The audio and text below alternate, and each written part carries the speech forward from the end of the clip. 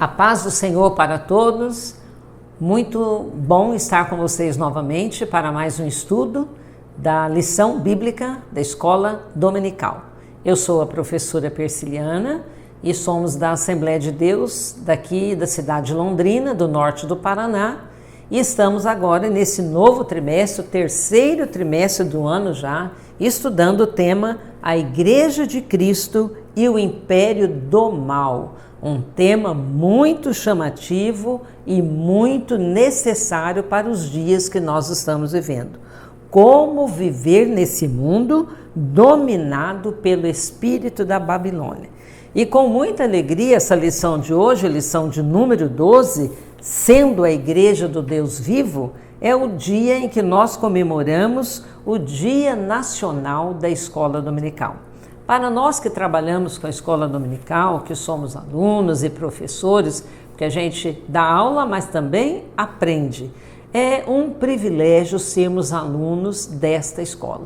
A escola melhor do mundo, a escola que nos ensina lições que ficarão para a nossa vida toda, passarão dessa vida para a eternidade. E é um privilégio. E eu conclamo aqueles que estão, por acaso, nos ouvindo, que se você ainda não pertence a uma escola bíblica dominical, procure a igreja mais próxima onde você mora e venha participar. É uma escola espetacular que você aprenderá lições muito preciosas para a sua vida e para a vida da sua família.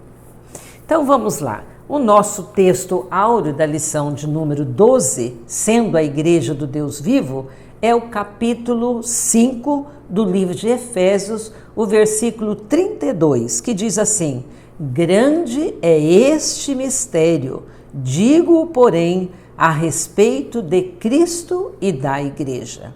E a verdade prática, a noiva de Cristo não pode ser mundana, pois ela é a guardiã da verdade revelada, e suas vestes devem se manter imaculadas para as bodas do Cordeiro.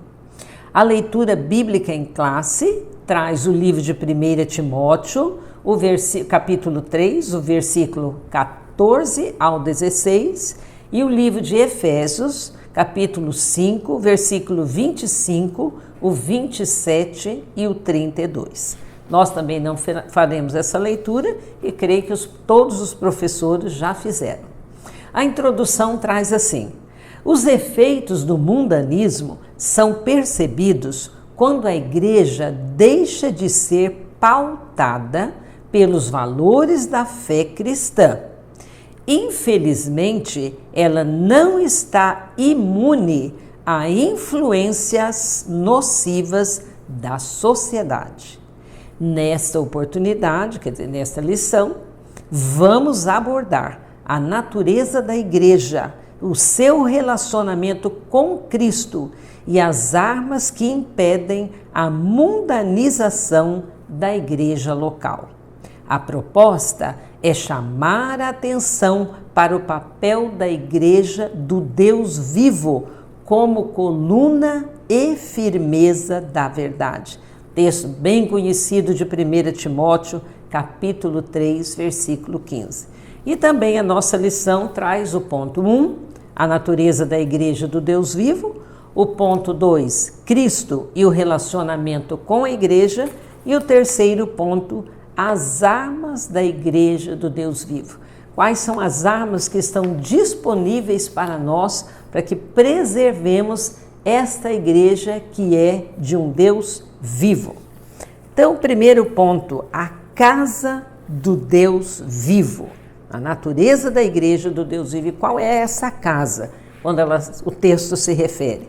Quando lemos em 2 Crônica, capítulo 5, vemos que o Antigo Testamento, ele dedica muita atenção ao templo, por causa da sua vital importância na preservação da verdadeira fé em Israel e a sua comunhão com Deus. O templo era um símbolo da autoridade religiosa, era um símbolo da santidade de Deus.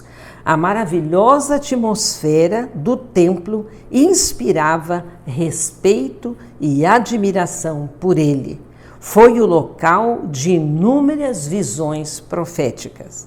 E no capítulo 3 de 1 Timóteo, Paulo vem ensinando o jovem pastor como conduzir de forma correta o rebanho, que ele iria assumir, como cada cristão deve desempenhar o seu papel como coluna e firmeza da verdade. Esse texto é muito interessante, A coluna e firmeza da verdade.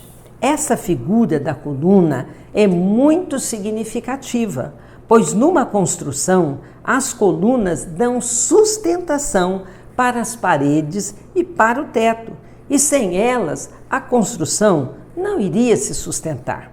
Timóteo, como cooperador de Paulo, logo estaria sozinho, porque Paulo, como missionário e plantador de igrejas, iria para outros lugares, e Timóteo ficaria ali cuidando daquela igreja. Logo ele estaria sozinho, liderando a igreja, num ambiente hostil, um ambiente difícil. Ele sabia que precisava se apegar com firmeza aos recursos do Senhor. Isto fica claro na recomendação em 2 Timóteo, capítulo 1, o versículo 13 e o 14. Conserva um modelo das sãs palavras, guardar o bom depósito pelo Espírito Santo que habita em nós. A própria recomendação de Jesus em Mateus 28, 20, que diz, ensinando-as, as pessoas a guardar todas as coisas que eu vos tenho mandado. Judas, capítulo 1, versículo 3 diz, amados, tive por necessidade escrever-vos e exortar-vos a batalhar pela fé que uma vez foi dada aos santos. Quem eram os santos? Os crentes. Assim deve marchar a igreja. Mateus capítulo 5, 13 e 14 diz assim, vós sois o sal da terra, vós sois a luz do mundo. O mistério da piedade. Tem muita gente que às vezes não entende essas palavras. Colossenses capítulo 1, versículo 26 diz, o mistério que esteve oculto desde todos os séculos e em todas as gerações e que agora foi manifesto aos seus santos. Esse mistério esteve oculto até que Cristo viesse. Por meio de Cristo, esse mistério foi revelado a todos. O plano secreto de Deus é Cristo vivendo em nós. Deus planejou ter seu Filho Jesus Cristo vivendo no coração de todo aquele que crer nele. Em 2 Coríntios, capítulo 2, versículo 17, diz que a igreja fala de Cristo com sinceridade, como de Deus na presença de Deus. Deus nos comissionou e nos enviou e também capacitou para a sua obra. Ponto 2. Cristo e o relacionamento com a igreja, a santificação e pureza. Isso aqui é importantíssimo. O texto de Efésios capítulo 5, 26 e 27, esse texto mostra que a morte de Cristo tornou a igreja pura e santificada. Ela nos purifica dos velhos hábitos, da nossa vida pecaminosa que tínhamos antes da regeneração e nos separa para o seu serviço especial, serviço sagrado. Cristo purificou a igreja e isto é simbolizado pelo batismo. Em 1 Coríntios 6,11, Paulo enfatizou a ação de Deus ao fazer dos crentes novas criaturas. Os 3 aspectos da obra de Deus são parte da nossa salvação. Nossos pecados foram lavados. Nós somos separados para um fim especial, santificados. e reconciliados com Deus. Somos justificados para uma vida de justiça e uma vida de serviço, entrega ao Senhor. Gloriosa e irrepreensível, assim tem que ser a igreja. É linda a comparação que o texto de 2 Coríntios 11:2 faz de Cristo com a igreja e do esposo para com a sua esposa. Paulo declara que está zeloso, que coisa linda, né? Com o zelo de Deus, porque ele, com seu ensinamento e doutrina bíblica, tem preparado os irmãos como uma virgem se prepara para se unir ao seu esposo. Paulo desejava que o amor da igreja fosse dedicado somente a Cristo, da mesma maneira que uma noiva pura se guarda o seu amor apenas para um homem, para o seu noivo.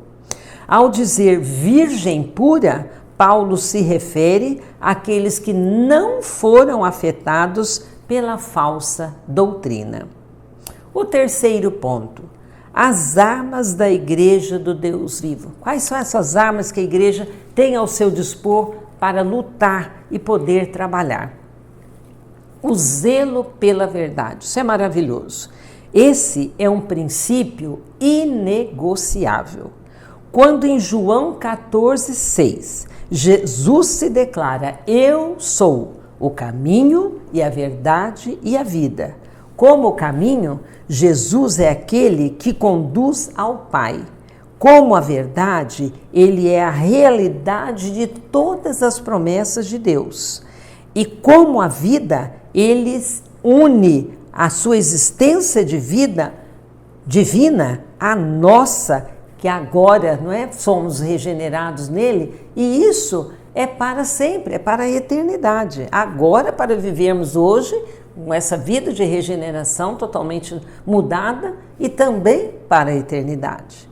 Em 1 Pedro capítulo 4, versículo 10, diz que como bons despenseiros da multiforme graça de Deus, nós devemos administrar aos outros o dom como o recebemos.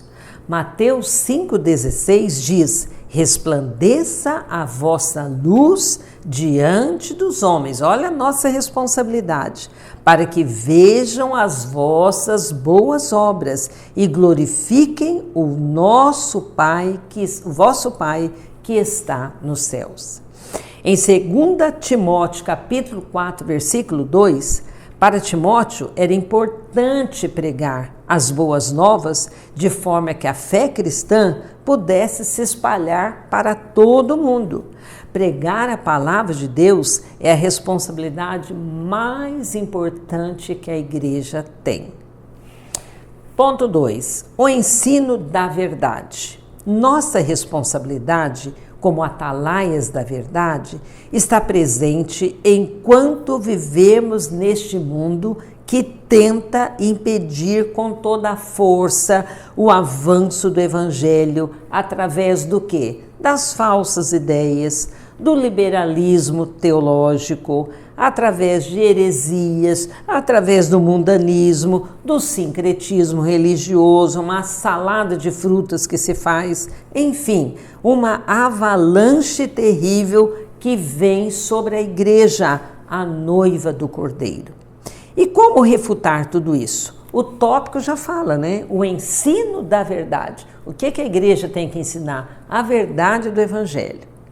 Tito, capítulo 1, versículo 9, diz assim: ser apegado à palavra fiel, que está de acordo com a doutrina, para que possa exortar pelo reto ensino e convencer os que contradizem esse ensino. João 8,32 é enfático: e conhecereis a verdade, e a verdade vos libertará. Jesus é a fonte da verdade, o padrão perfeito daquilo que é correto. Ele nos liberta das consequências do pecado, do engano e do erro. E para nós, professores da EBD, cabe muito bem recordar 2 Timóteo, capítulo 2, versículo 15. Procura apresentar-te a Deus aprovado como obreiro, que não tem de que se envergonhar, que maneja bem a palavra da verdade. O estudo consistente e diligente da palavra de Deus é vital. Caso contrário, nós seríamos impelidos a negligenciar a Deus e ao nosso verdadeiro propósito de vida. Então, nós como professores, nós realmente precisamos e devemos ser exemplos para os nossos alunos, para a nossa família, para todos os que nos rodeiam. Estarmos muito apegados à palavra de Deus todos os dias. A nossa lição ela traz a leitura diária de segunda até sábado, não é?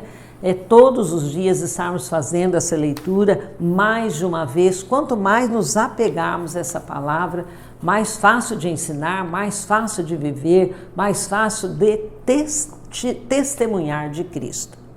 A conclusão diz assim: diante dos ataques de desconstrução da fé da Igreja do Deus Vivo, precisa ser vigilante. Ela é a guardiã da única verdade que liberta. A única verdade que liberta. Não há outra verdade. A mensagem da cruz não pode ser ressignificada. Cristo morreu e ressuscitou por amor à Igreja e a requer santa, pura e irrepreensível. Portanto, a noiva de Cristo não pode macular as suas vestes. Seu papel abarca o ensino e a defesa com todo zelo da integridade da verdade revelada. Eu gostaria de recomendar também aos curiosos que fizessem talvez um estudo ou uma pesquisa como que era o casamento judaico, como era a preparação daquela noiva para se encontrar com o noivo. É bastante interessante e torna bem claro essa questão da Igreja do Deus Vivo, como que essa noiva que se prepara para o encontro com o noivo, que nós sabemos que breve acontecerá.